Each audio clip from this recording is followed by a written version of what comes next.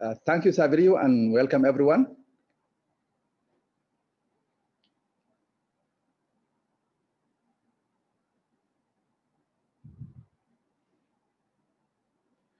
Uh, I will start my talk by a little bit more general information about rainfall because it is the most important water resource in the area. And as we know that in the dry land and especially in the Sahel, there is profound changes in rainfall, and this change is expected to continue in the future.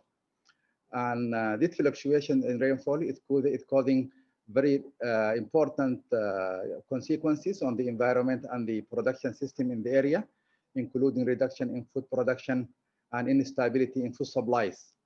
In Sudan, the eastern part of the Sahel, I will focus on it a little bit to give how things are how climate is changing in the area.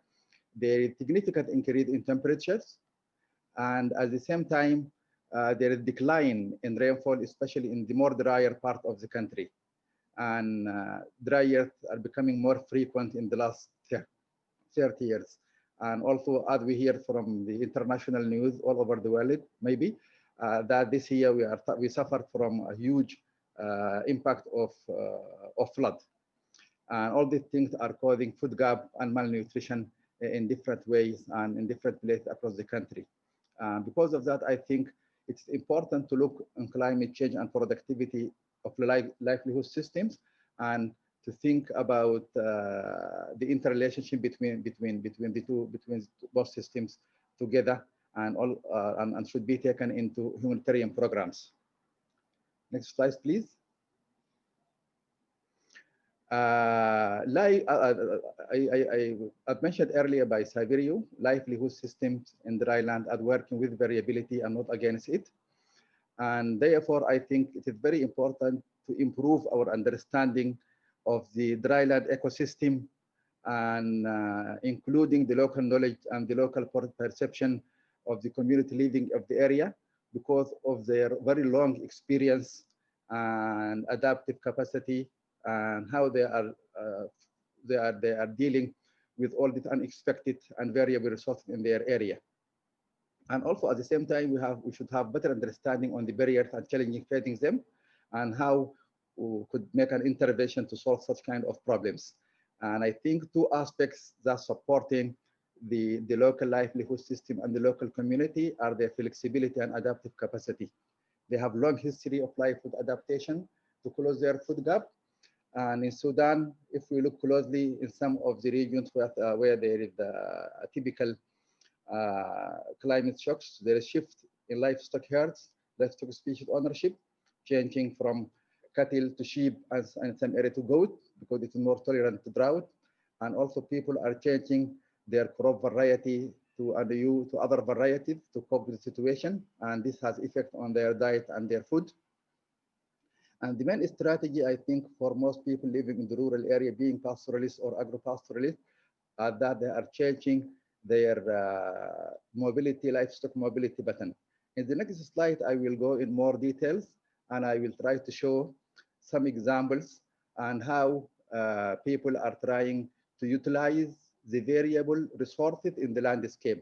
I will give examples from across 3 seasons: the hot dry season, and the first showers just before the rainy season, and after the establishment of the rainy season, and how pastoralists are trying to utilize and optimize the resources in the area. The example I am showing is 2 herds owned by one person. He's a rich guy. He owned a sheep herd and a camel herd.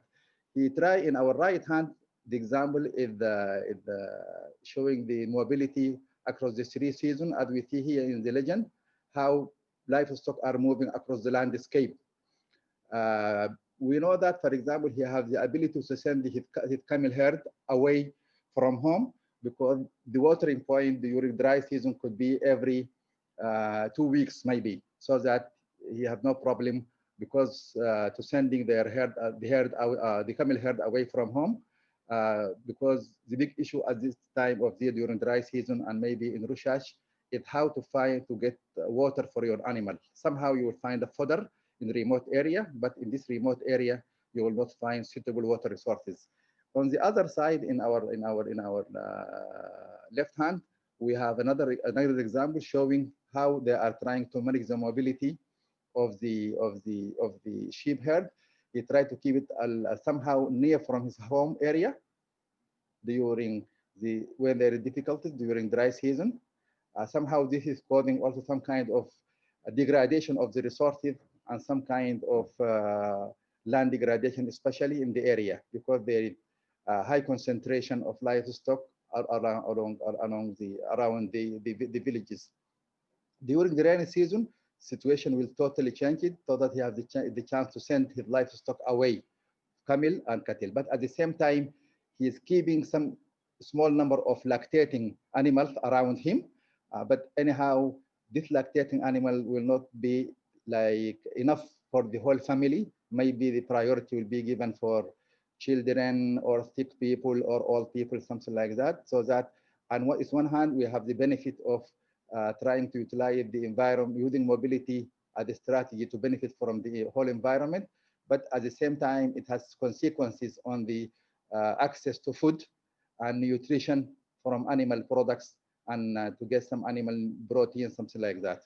And in next slide, I will focus on in one of the specific time of the year, which is Rushash. This is the time where we have the biggest peak of malnutrition. It is something like 2 to 3 weeks, very short transitional season. And this is just before the first showers, just before the start of the rainy season. During this time, the vegetation is very scattered and still not enough for the herds. Because of that, animal owners and herders, they try to compete and try to be the fairest comers in the specific area. And somehow they are not strict to man-made water resources during this time. And this time is very short, but I would like to emphasize it is very sensitive and very important time of the year where we have the peak of the malnutrition. In the next, I will continue by talking a little bit more on something related to climate shock. And very frequent climate shock are shaping the population and the dynamic and demographic situation of different countries. We know that from experience from the 80s drought, very famous drought during 80s in Sudan. A lot of people migrated from their home area and coming to urban centers. And after every wave following any drought event, there are waves from people coming from place to place and trying to be around big settlements, and they are leaving their home area.